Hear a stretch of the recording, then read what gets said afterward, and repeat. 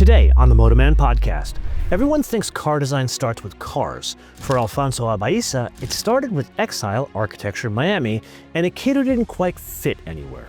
I didn't learn English until I was 6 or 7. I used to dress like Napoleon, and I didn't speak to people. I just drew in the closet. Then one day, through the glass of his father's architecture studio, the whole world changed shape. Hear this growling sound, and I look out the glass. It's a glass, big, huge glass window, and it was an E-Type. But the path from that moment to running global design for one of the largest car companies in the world was anything but clean. Before he found his purpose, he almost failed out completely. I was in engineering, pre-engineering, obviously. I was a freshman. I had a 0.5 average. And that outsider path became the point, because the real danger in car design is not being strange, it's becoming like everyone else. There's a danger for designers to be cool hunters. Range Rover makes something, everyone, it's like a cruise ship, everyone goes to the side to see a whale. I think this is a disaster. This has to be avoided. But I don't want Nissan to look like other people. So how does a kid from South Florida, shaped by art, failure, and obsession, end up responsible for the future look of a storied Japanese brand? And can that kind of designer stop a car company from copying its way into irrelevance?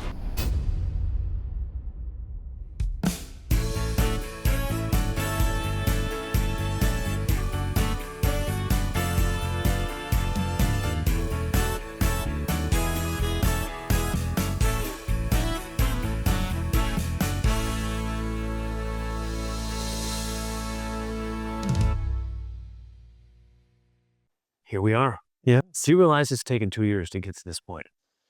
You and I lived through a global pandemic and me almost dying, but we're here now. Trying to stay calm. You're a little too calm. Oh. It's because I think the psychiatrists have you on the black suit therapy, and that makes you a little too calm. Yes. I'm a little disappointed you didn't wear the fancy socks today. I know. I even brought out the fancy socks for you, and I'd like to point out, because of your design background, I brought out the shirt that my 7-year-old nephew designed for me. I'm not even making this up. We're sitting... A prodigy. He is a prodigy. Maybe you should give him an internship. Okay, sir. So, we discussed a couple of times what we're trying to do here. And today, I've asked this to all my guests on the show.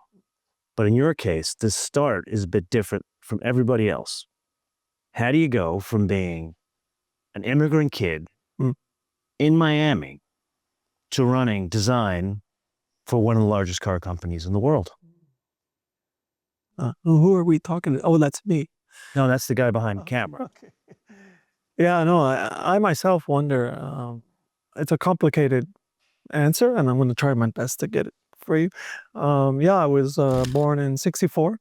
I think we are allowed to say. You're an old man. A little bit. I have age. I You gotta start drinking what you're drinking. It's the dark suit. It kind of absorbs things. And Cuban parents, both parents, and they left in a rush, like a lot of Cubans did in that era. '62, they left. Right up. So they were 3 years under the Castro regime. Yeah. Wow. So they didn't go out right away. No, it's a bit complex because my mother had things happening with her. Her father was being held, and she was very... Is that what they call it, held? She was very afraid to leave because her brothers had left quickly in '59, actually, and they were training in some places in the Central America, and you can imagine. And were mom and dad married in '59 at that point? Did they come together? They were just married. And, they were married after '59, actually, and that was a source of some anxiety from my father's parents, because my mother was a political family, and that they were worried that they would have some difficulties because of that, living in Cuba. But my dad loves political, like how close to Batista? Like what were they doing? The thing with Cuba is that my family last name is Basan, and actually Jose Marti, which is a kind of famous character in the revolution, the independence of Cuba from Spain. His wife was Carmen Basan. So I'm related to her. And so Batista, yes, he was a guy who happened to be president. But my family was associated to all the presidents before that. And so there was anxiety. I guess the point of this is it's not just leaving Cuba and starting a new life in Miami. It was leaving Cuba with father and being held still, brother wounded in Bay of Pigs and being held, and other brother not sure where he is. And so you land in Miami, which was not even ready at 3 years after the revolution to absorb all the Cubans coming. Now, before you get to Miami, your father wasn't politically connected At all. He did something completely different. What was that? He was an architect. I wonder how. A young architect, and a practicing architect at 23, designing train stations, actually. Train stations. Yeah. So we see transportation runs in the family. Yes, and and he was a hyper modernist. Some people think of Cuba as a colonial architecture thing, but in reality, no. And my mother's uncle, my granduncle, her uncle, was a very famous architect. So in Godfather 2, when they're talking about a club that they wanted to place over, the Tropicana, was designed by my granduncle. I still want a piece of Hyman Roth's birthday cake. Yes. It seemed to irritate his throat. It did, and that's because he asked, and that's why he needed to ask for a smaller piece. Remember, he comes over and a smaller piece. Go on. I digress. How does one get into? I understand how the journey of being an architect, but how does one become an architect of train stations? Like, how does that work? I have to be fully transparent. His family owned the trains.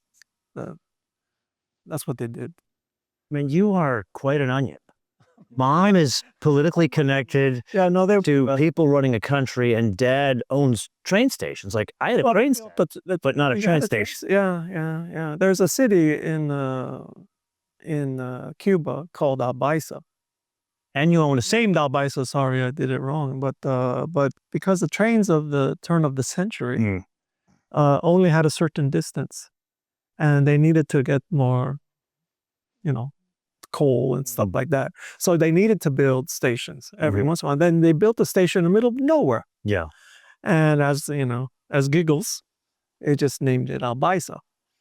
And because it was just a place for coal.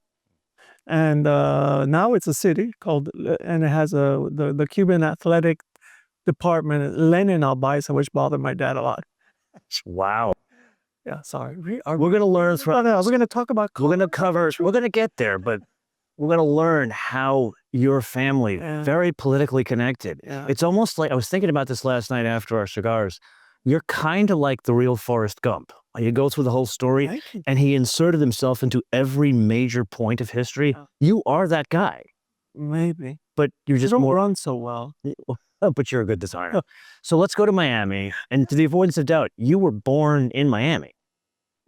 Okay, so give me an idea. My brother was conceived in Cuba, and to make the leaving Cuba even more fun, mom was pregnant around 6 months, penniless. They landed, I think, Johnny Cash, Jackson. I love that. Oh, love that. Went to Jackson, hotter than a pepper sprout. Yeah. That's basically they were probably listening to that in their iPods or whatever. Yeah. I torture my nephews and make them listen to that song. So, they have to listen to all of the Cash songs. But they landed penniless, but luckily the government had already started building all these little homes, and right on the edge of Miami, off on the Everglades. And we all lived that way for many years. The Cuban people assumed they're going to go back. So, of course, they unpacked. But, I didn't learn English until I was 6 or 7. But, my mom was like 23. Her mom was in a hospital. Her dad was being held. And she had babies. And she was wonderful. My mom is the one who was guiding me, because I used to dress like Napoleon, and I didn't speak to people. I just drew in the closet. I never walk around with a hand like this. No, I shed that tendency for the... Why Napoleon? I really like the uniforms. So the design didn't come from trains and architecture; it came from Napoleon. At that time, and I didn't really, it's not like I was a historian. I'm sure that this is not a good person to model your looks after, but I did. I have It's to a be very honest. unusual case for a Cuban immigrant living in the U.S. to model after someone from France, of all places. Yeah, and it's even better when you know that you can't really find uniforms like that in your local Salvation Army, actually. So I used to design them. And then At my how old? mother, At I how was old? 18, my mother would find people who would accept such a job. And, when my mom was passing away around 10 years ago, I was living in London in the studio, and thank God for Shiro, who had moved me to London when they were really fighting with the cancer. And so every weekend, every Friday, I flew to Miami from London to be with my mom. And finally, I had to bridge this subject with her because she never resisted. I would look like a fool, to be honest. And I'm an okay car designer, but I'm not so sure I'm a good Napoleonic era designer. And At least I don't see it as for why she did it. And it was the biggest lesson as a parent, because her thing was that she was afraid that if I said no, that I would go somewhere else to do it. And it was yet one more opportunity to be with me. Did she see this in you? Like, was this effectively fashion design? Was that in you as a teenager? Or was it something you just saw from either time with your mother or elsewhere? Oh, my mom saw everything. So I was a mama's boy and daddy's boy. Spent my time in my father's studio and with my mom. And my mom bought me Michelangelo books from, that's all I remember. So art was encouraged in your... Oh, yeah. Creation of Adam, I think I have drawn about 1 million times. And I would show my mom every time. And she would say, "That's so lovely." So mom was politically connected, or at least the family was back in Cuba. Was there a relationship with art for her? Well, her uncle, she knew it, but she herself didn't have it. But my father was a perpetual drawer. He was drawing in the studio all the time. And then at home, I'd sit next to him on the couch while he watched one of the 3 channels available in the 70s. Oh, 4, PBS, sorry. Yes. And he would just draw. Felt tip, black felt tip, on lined paper, bomb, bomb, bomb, bomb. All of his buildings. So where do cars come into this? How do we get into... Oh, yeah, that's great. Thank you. The first boats came in. So my dad's models... Cuban-Immigrant, I get it. Yes, we came on an airplane, but thank you. But wow, you're very fancy. Oh, I didn't go. My dad, yeah. And his architectural models were all balsa wood. And he had the whole city of Miami in the lobby. He had built that himself, but huge model. And with highways and with cars on it and everything. And I love that. He'd build little cars out of balsa wood? The cars they buy in an architectural thing, but and I couldn't resist. So with balsa wood, I would carve out boats. I'd make boats. The Donzi was the boat. The Donzi 16 and 18 were lovely boats. Donzi was a thing back then? It was the thing back then. It wasn't like today. These were very large boats. The Donzi was the 16 and the 18, and no windshields, and were lovely boats. A nice red stripe in the middle. I made 2 things all the time. I drew the creation of Adam, and I shaped out of balsa wood the 2 Donzis that were available to a willing and happy public. You are an odd dichotomy of influences. And 2, it was all glass. Yeah. Coconut Grove is a jungle. It's a canopy, and it's cloudy in Miami. So by the time those lovely sun rays, which are hot and full of humidity, of course, has to travel through the clouds, has to go through the humidity, has to go through the leaves, past the branches, and finally get to the street. And one day I was shaving my little Donzi, and I hear this growling sound. And I look out the glass. It's a big, huge glass window. And it was an E-Type. I had never seen that. I was expecting a panther at the end of the story. Yeah. And it turned out to be a car. It was like that. Was this like Was this like an aha moment for you with cars, or had you been in the car prior to that? I stopped the Donzies. I had a dilemma though. Balsa wood and Jaguar Do not go E-Type. together. That's not something that I was capable of without losing all my fingers. And so then I really started drawing cars at that point because it was a black E-Type convertible with a gentleman, a client of my dad, who came out with a black suit. This is Miami, right? And a handsome gentleman. Everything about that was a bit overwhelming. Is a black suit odd in Miami? I would think that's an odd choice. This gentleman was unusual, and he kind of came in as almost like a fantasy thing. And the reflections, the reason I bored you with the sun and the cloud and the leaves and the branch and this, was you should have seen the effect of those little sun rays on that Jaguar fender by the time that sun hit that Jag. William Lyons did not envision that when they penned that car. It might not have been the part of the product concept. They didn't. Now, let's talk about unusual people, because while we're in this time... We're covering those. We're getting to it. Because more. Now, this is the Forrest Gump part of your life. Some of them are skeletons out of my closet. We're pulling a couple of... Yeah, I know some of the guys over there are going to have heart attacks. Yes. But your dad had a very unusual client. Did a renovation in Key Biscayne. That's true. So who is the unusual client, and what part of the journey did that take you to? Yeah, I was young. So, and my dad, we had a little boat around a 21-foot open fisherman thing. And I remember, kind of strange, these things are very sharp memories because they were not so usual, and they were fun memories. So we were going across the bay from Coconut Grove, where I live, to Key Biscayne, which is for your viewers, a little island off of Miami. Lovely island. Yes. Yeah. And I used to water ski. I thought, my dad was dressed, so I was a little puzzled by what we're doing, because we were heading in the direction where I would water ski. I was a small. You would water ski out in the ocean? It's Key Biscayne in the mangroves. Okay. Very glassy.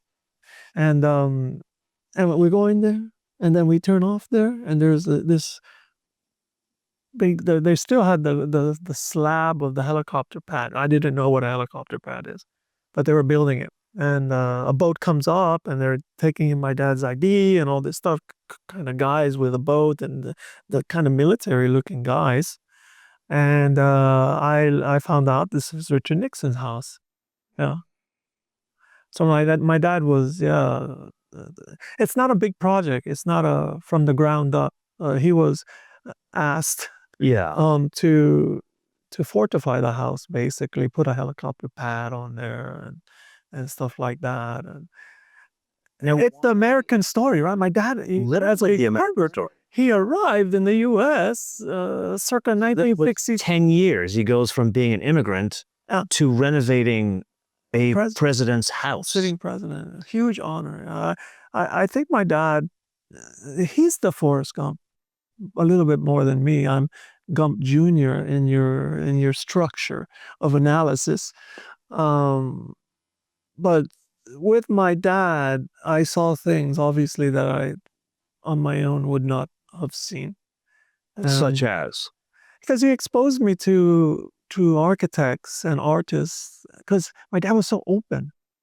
I lived in this. My elementary school was here, my dad's studio is here, and my dear mommy is here. Did that translate to teaching moments where he'd sit you down and say, this is how we design a house? Never. The things you learn from my dad was that he let you sit next to him no matter what it is. But he wasn't someone who would say, hey, Alfie, do it. Because he would watch me trying to draw. And he said, what car is that? Oh, that's a 911.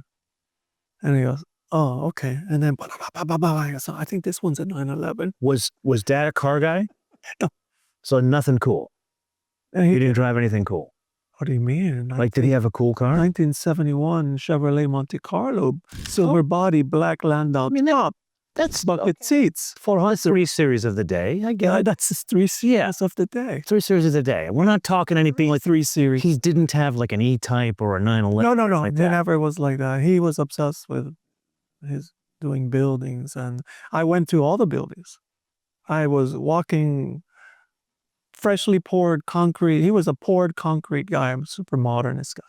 And I'd walk all those buildings. When I was 15, he had me working on the buildings, part of the construction team, but wearing the architect's hard hat. And that's the easiest way to be hung from a chain link fence.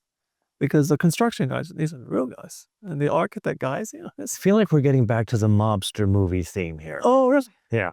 It's unintentional, but maybe always there. When I always deviate into that discussion. Well, I saw design. Isamu Noguchi, famous Japanese artist, did a park in Miami with my father. And I saw that. I saw this gentle Japanese gentleman. It's so smooth, the way he walked through the studio. My dad was such an architect and not a businessman, to be honest. And he'd have successful periods and eras and then not. And yeah, that era was bad for him because, they're probably all the Cubans, on the one hand, you land in Cuba, you land in the U.S. from Cuba, and you have the great honor to remodel the president's house, but then you're still Cuban, right? And then Nixon had some Cubans around him. Explain to me how did he get connected? How did he get introduced? Yeah, there's B.B. Rebozo and all of these characters around Nixon in Miami. My dad was a young architect that was making. My dad made the city hall of Miami, the head of all the police, headquarters of police station in Miami. So he was your dad was quite a guy. Yeah, he was quite prolific in that era. So it was. I don't know if it was a natural thing, but to me, I was just always impressed to see that design process. So when you're asking me, how was that influencing me? Because I literally saw him thinking about things, drawing things, and then I spent all my time in the studio, and I'd see his architects making it, and you see the models, and then I would walk these buildings, the fresh concrete smell, which I love, and I'd see the whole thing. Why do you love concrete? The smell of it? Probably because it was what my dad was making. It's a weird smell. It's probably not a good smell. Okay. I don't think of the smell of concrete as a thing. It's a freshly poured concrete has a very, especially on a big building where there's a lot of it. It's a memorable thing. It cannot be washed from my mind. And I'm so lucky because as head of global design, I'm responsible for corporate architecture. So I have a team of architects actually. So recurring theme.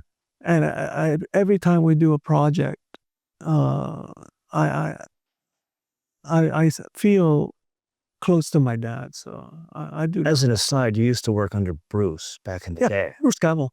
And he was a big architecture guy in your headquarters in Tennessee. He does that. We together were working on that. I was his Robin, I guess, and he was Batman. Okay, so from mobsters to the superheroes, we've done everything. I told you, Forrest Gump. So take me to your Miami. You grow up, and now you're at Pratt. You moved to New York City. Yeah. How did you come to the idea of Pratt instead of, say, an art center or CCS? Actually, my mom. So I went to the University of Florida. Must have been a hell of a woman. Yeah. I had very bad grades in high school. Okay, so I had a great family, the most supportive situation, but sometimes children have a difficulty absorbing everything and making it productive. Especially when you're water skiing at Key Biscayne. Yeah. So I didn't have good grades, but my mom convinced the University of Florida, which is where I first went, to let me in the summer program. And if I did well, that they would keep me because I didn't qualify to be at the U of F. And they did. She's smart. She got Gators? Yeah. And Gators. And then I was in engineering. Pre-engineering, obviously. I was a freshman. I had a 0.5 average. Why does that not surprise me about you? 0. I see you as a numbers guy. I struggled with all those numbers. Where's my balsa wood? And my mom, brilliant, she says, okay, take ceramics and figure drawing. And she's not And dominant. hold on a minute. Did Dad try to push you in? No, Dad doesn't like. This was just you. I want to be. The learnings of Dad is because you're in his armpit, and you see stuff, and he'll answer any question you have. But he didn't mind that I was failing. He didn't. He thought that the sailboat would ride itself. And my mom was the one. Okay, no, take ceramics, figure drawing, and then I ended up Dean's List right away. In ceramics. Yeah, ceramic sculpture. Yep, lefty pots with the big. I loved it. For the first time in my life at that time, I felt comfortable in my skin. And the figure drawing, I really adored, and that had more impact, continuous. And then she called me and said, "Hey, Alfie, I found a great school in New York. I think it's time for you to..." What are you, halfway through university at that point? I'm a second year in U of F, and she said, "This school, I think you're ready for that." And this is not how she talked. It was like, "Alfie, do you want to go to New York?" Very the way she talked to me, it's not like a mom that has a plan for me. It was super gentle, like almost like opening the door and stepping away. Making you think it's your idea. I didn't have that sense of self that I had ideas, but and then from there I went there for a semester, and then she calls me, "Alfie, I know you love cars, and would you like to go to Detroit?" And she sent me to Detroit. To CCS? Yeah. So you did go to CCS? Yeah, for a year. So now, how did she go from liking cars? I mean, we only talked about the Jaguar and Dad's Monte Carlo. Yeah. What influences cars prior to that came? A graduate. Cuckoo, Mrs. Robinson. Was it Mrs. Robinson or No, a car that we had on the side of the road? Spider that was so lovely. Did you have a cool car either growing up or in college? Never. I didn't need it. When you're a little nerd, the physical is not necessary. It's you when you are a person who cannot have a friend or this kind of stuff. It's Did you not a sad. not have a friend? Oh yeah. And you get the skill of making entire worlds in your head. So I just needed to see The Graduate once, although my mom took me there 7 times. And that car was burned. I went from Jag to the Duetto, even though the Duetto chronologically was before the E-Type, but the movie was not. So and I just drew. I loved that shape, and I still love that shape. That teardrop is lovely. That doesn't surprise me. If you look at that car and you think about what you were doing with the balsa wood, you think of the rear end of that. That's a very boat shape. Yes. Yeah, there's a fluidity and a naturalness of that even today I gravitate. Those kind of shapes in the world of aerodynamics you would think that's an aerodynamic thing, but those cars are. Had you owned a car in Detroit? I had a Renault Le Car. Oh, I'm sorry. I'm so sorry. I'm so sorry. Is this an interview over? We're done, yeah. We are at, unless it was an R5 turbo. No. Yeah, it's over then. Oh, yeah, definitely over. I was so unfortunate. But I struggled there. I struggled there. Because the car left you on the side of the road. I struggled there for that. Yeah. And after a year, I talked to Legacy and all this. Homer was the head at that time. And then I missed New York so much, and it was very specific. So you had to do cars all the time. But yeah. So you're in Detroit in the mid-'80s at this point. Like 84 or something like that. So things were not good in Detroit. It was a tough place. It was a tough place, and I was still Napoleonic at that time. So it's not a place that necessarily had people like me. And you were in transport design. Yeah. Now, for the avoidance of doubt, you're in Detroit when Detroit is collapsing. It's caving into itself. What were you thinking would be the step after university? I didn't have that, and I didn't notice the collapse because I'm a kid and I'm drawing all day long. But you didn't get a "Hey Alfie" call from Mom saying, "Alfie, look at a job somewhere else." She's seen worse. Yeah. Collapsing from my mother is a different thing. So Detroit is that. She can teach us a thing. We should get your mom to come in and And she's an angel. I mean, my dad didn't mind so much these changing of schools, and she, that one I did myself. So it's true that. I called her from New York after I left. I left my Le Car at the parking lot of CCS. Sorry, CCS. And I jumped on an airplane. And I went back to school, and even though it was mid-semester, they let me take. You went the back to class. Pratt. Right, yeah. So you didn't finish at CCS. So I was there barely a year. So what degree did you get from Pratt? I graduated. Not transport design. No. All of us here at MotoMan are super excited to not only have the podcast back, but for it to be its own show. And there we look to you for a little assistance. Can you help us grow the show? 2 really easy ways to do that. First and foremost, if you're reaching out via YouTube or other streaming platforms, you click on subscribe, notifications, or more importantly, share these episodes with your friends, especially on Reddit. Now, if you're downloading these episodes, listening via podcast platforms, we'd ask you to rate us. The stars are wonderful, but leaving a written review would be even better, especially sharing who was your favorite guest. So with that, I am incredibly grateful for your assistance in help growing this. And now, back to the episode.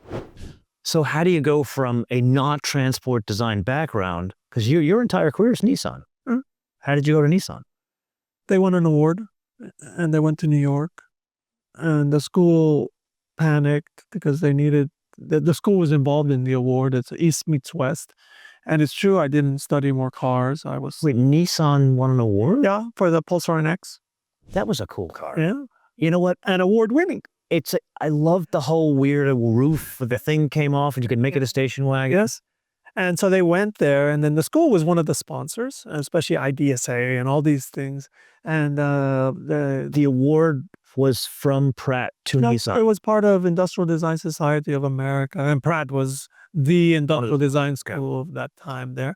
And so then Nissan went to the school, and then there's, oh my God, okay, they asked me to show my work in reference to explain the school, probably to get some sponsorship, as normally happens with the school. And what was in the portfolio at that point? Figure drawing, just the full range, because I had car drawings, and then I loved drawing everything.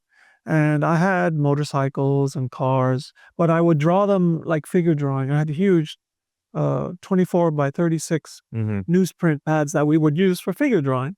But I would draw these shapes and that were very influenced by human form, because I was just completely obsessed with figure drawing. And it was at Pratt you did this. This wasn't from the portfolio at CCS. No, they're just car. And Pratt was different. It was more fine art school. And but at that time, the difficulty for me was I was in love with New York, and I was already starting to do consumer. I had some clients from Korea, which I'm sorry I don't remember, doing flashlights. And I had clients in New York for office furniture, one-offs. I was super happy. I was still not graduated. I loved New York. I worked like a fiend, 3 or 4 in the morning every day. And then I'd hit the clubs after that, and then go to the studio in the morning. I did not remember sleeping joyfully. I was so happy as a human being. I was complete.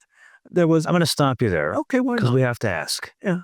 Back in that day, were you a party animal? It's a weird thing. I was a loner. That's a yes.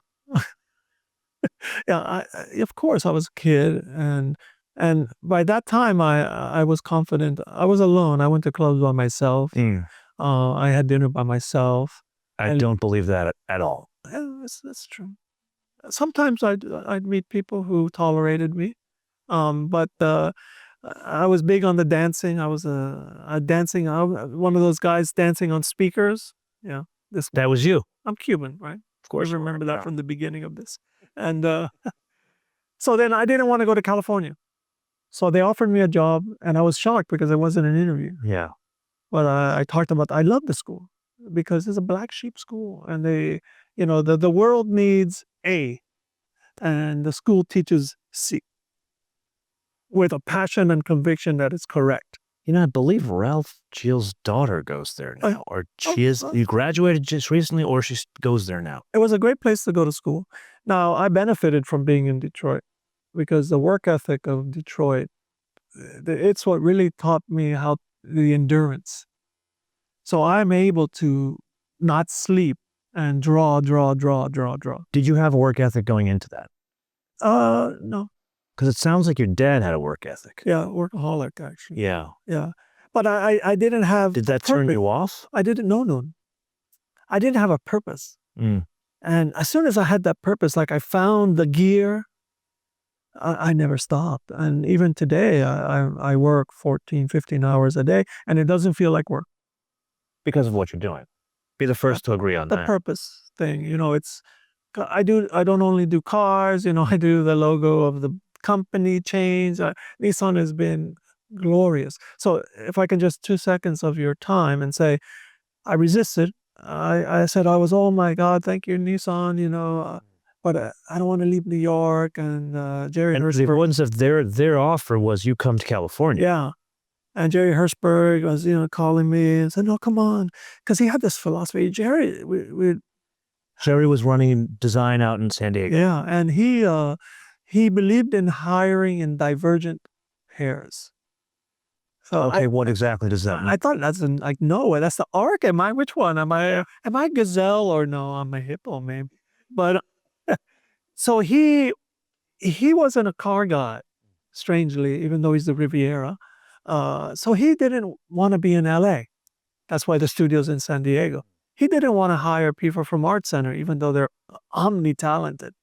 And so then, as a compromise with Tom Semple, who was from the Art Center, who was the director under Jerry, Tom was able to get a guy from Art Center, and Jerry was able to get a crazy artist from New York.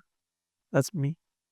And it was so important to him that he refused to let me. So I said, okay, just come and just work and go back in 6 months. Don't be. Were there other offers? Like, was there other? I was living in New York working. I wasn't looking for a job. But what job were you doing at that point? The furniture and the flashlight. So you were doing industrial. I was getting an income, and I was helping the students with drawing, and I was fulfilled. I was complete. I was whole.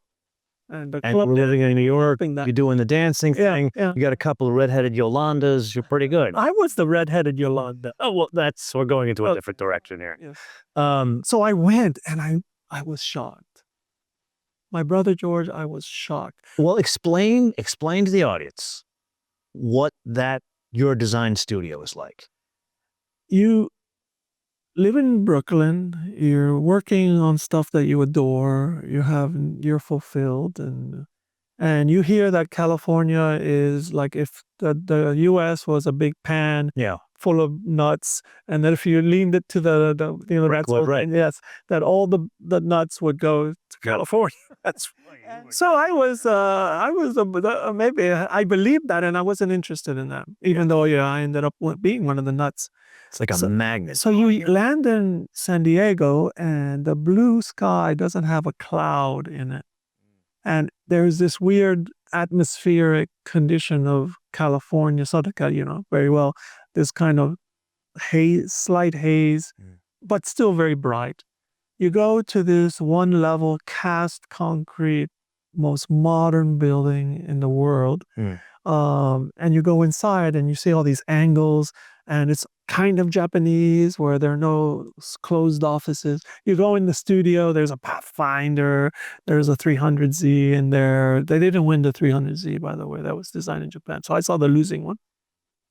And I go, oh, didn't imagine this. You're glossing over two of the bigger parts about that studio.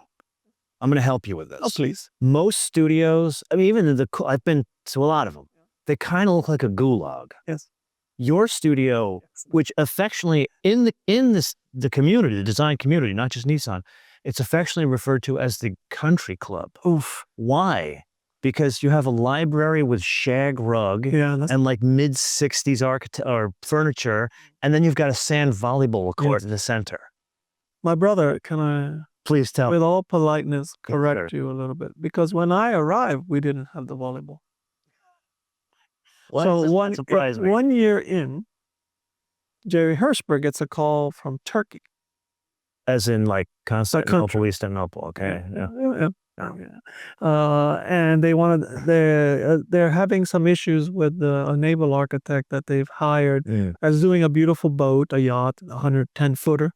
And this is Yojario, by the way, Ital design. That not the Turkish call, but the client. And this is when the Ital design. Right? So And they wanted to know if we were interested in making a counter proposal. And Jerry calls me because I had been on a boat, and I'm Cuban, and that's how we move around, right? Mm. And he goes, let's do this, right? And Jerry is so enthusiastic. And of course, we saw everyone starts drawing, and then the Ekber Onak, who's the head of the shipyard, comes and he falls in love with my drawing. I'm a punk kid who's been shaving Donzies for most of my adolescence, and to see a professional shipyard go, I want to make that one. Mm. I think I cried. I think I did. And did it come to fruition? Yeah, it's in Turkey right now. So now why? Okay, this is another thing you got to answer your question about the volleyball.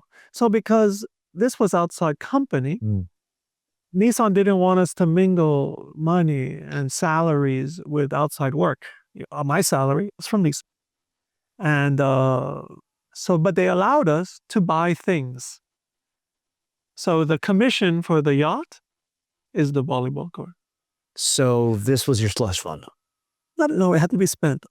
I get that, but this was kind of your slush fund to create things. Environment. So the environment, the gym, the various remodels of the library, the various shags, and many. It's an unusual library. Yeah. Now, why is it a in-house design studio for a large car company is taking outside work? Jerry.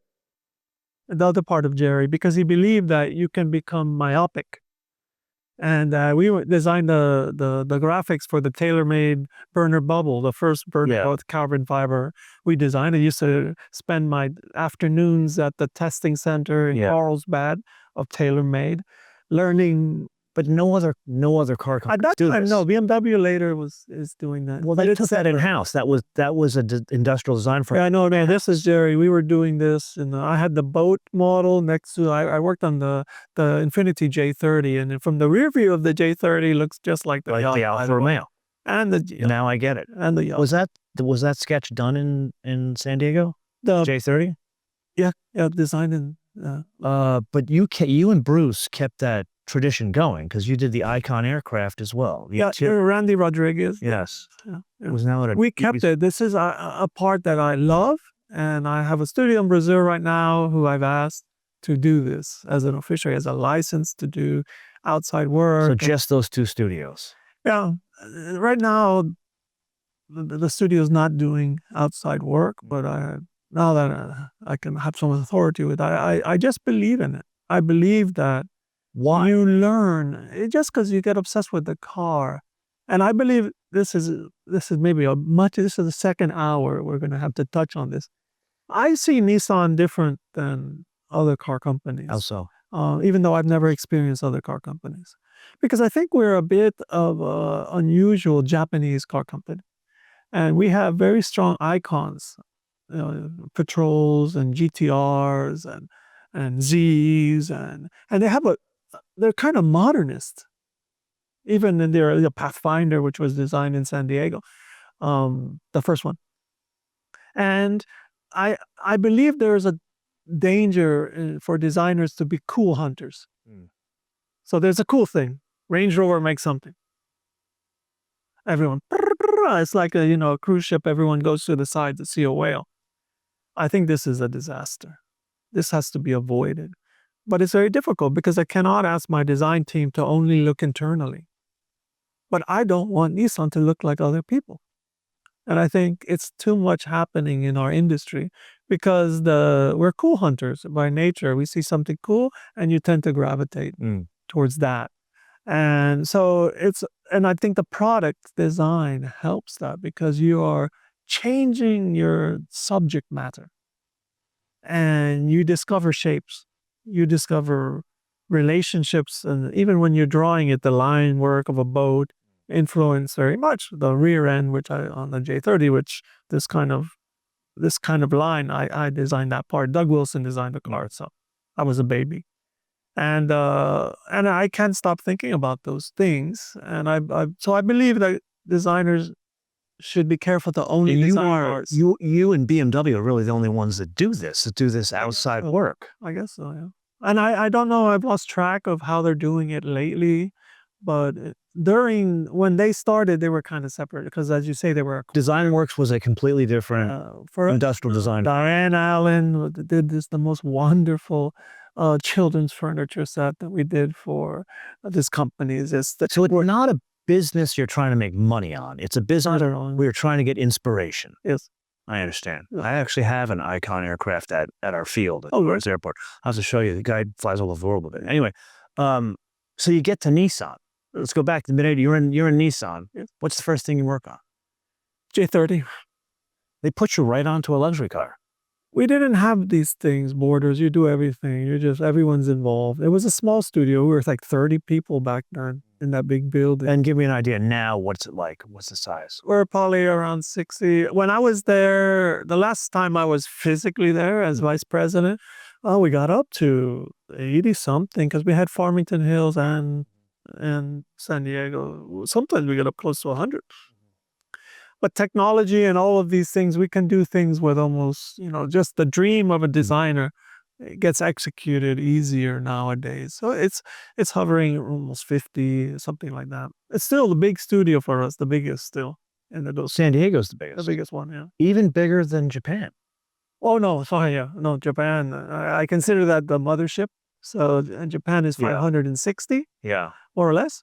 And California about 50, London is around 30-something, Beijing. It's actually small in comparison to other large car manufacturers. Yeah. Like General Motors. Do you have an idea of what the numbers are there? We're told my total number is around 750. I think GM is over 1,000 people. Renault, my brother, Renault, is a little smaller.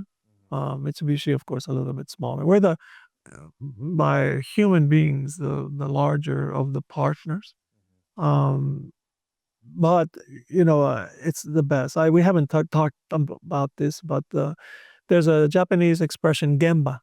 Gemba, which it really represents that at the shop floor, because it comes from manufacturing, this word, that the togetherness of the Japanese process. And, because everyone asks me about, is there tensions with engineering or so-called bean counters and all of this stuff? Because of the Gemba culture, you are together. And it probably has to do with the Japanese history that because the island was very beautiful, but, there's typhoons and earthquakes, that the way the Japanese people survive is as one, as together. And modern Japan very much still has that spirit that you move mountains not with the ego of one, but with the strength of the collective. And it's the most beautiful experience to live as an American and learn this sense of togetherness, because our DNA is of individuals. We celebrate the individual. When I became head of design, it was a bit of Shiro never told me. And Shiro was your predecessor. Yeah, Shiro Nakamura. Great guy. Had him as a guest many times. He's an icon, and he always had purpose, a sense of purpose, and he'd tell me what I needed to know, because he knew I was a unicycle, and if you tell me too much, there's no guarantee that this thing is. I'm going to steal that material. He always, and he used to wear blue suede shoes. Yes, I know. Yeah. And so he said, Alfonso, make a strategy about Infiniti. At the time I was head of Infiniti. And I said, okay, yeah, Mr. Gon wants to know. And okay. And so I did. I just thought it was one of these things that the company wants to know what the next trend is. And then, so I did it. And then, CEO comes in, Shiro's with me, and Shiro didn't seem so uptight. And normally he's so serious about strategy and design that if we're making a presentation to the CEO, I should have noticed that he wouldn't have been casual. And sure enough, CEO walks in and he sees my PowerPoint and he says, what's that? And, Mr. Gong, and this is the Infiniti thing you request. I didn't request anything. Oh, I'm just here to tell you that you're replacing your friend, Mr. Nakamura. You have a year, you're going to transition. So learn from him. Learn all the business. And he really was the cleaner, huh? Yeah, and Shiro was wanting to retire for a while. I guess he was waiting for me to grow up. And so anyway, I had guilt feeling. I really felt the pressure that day. Mm. Because even though I've been in the company 33 years and it's all I know to be with the Japanese and I love it. But then I realized there's a lot I don't know.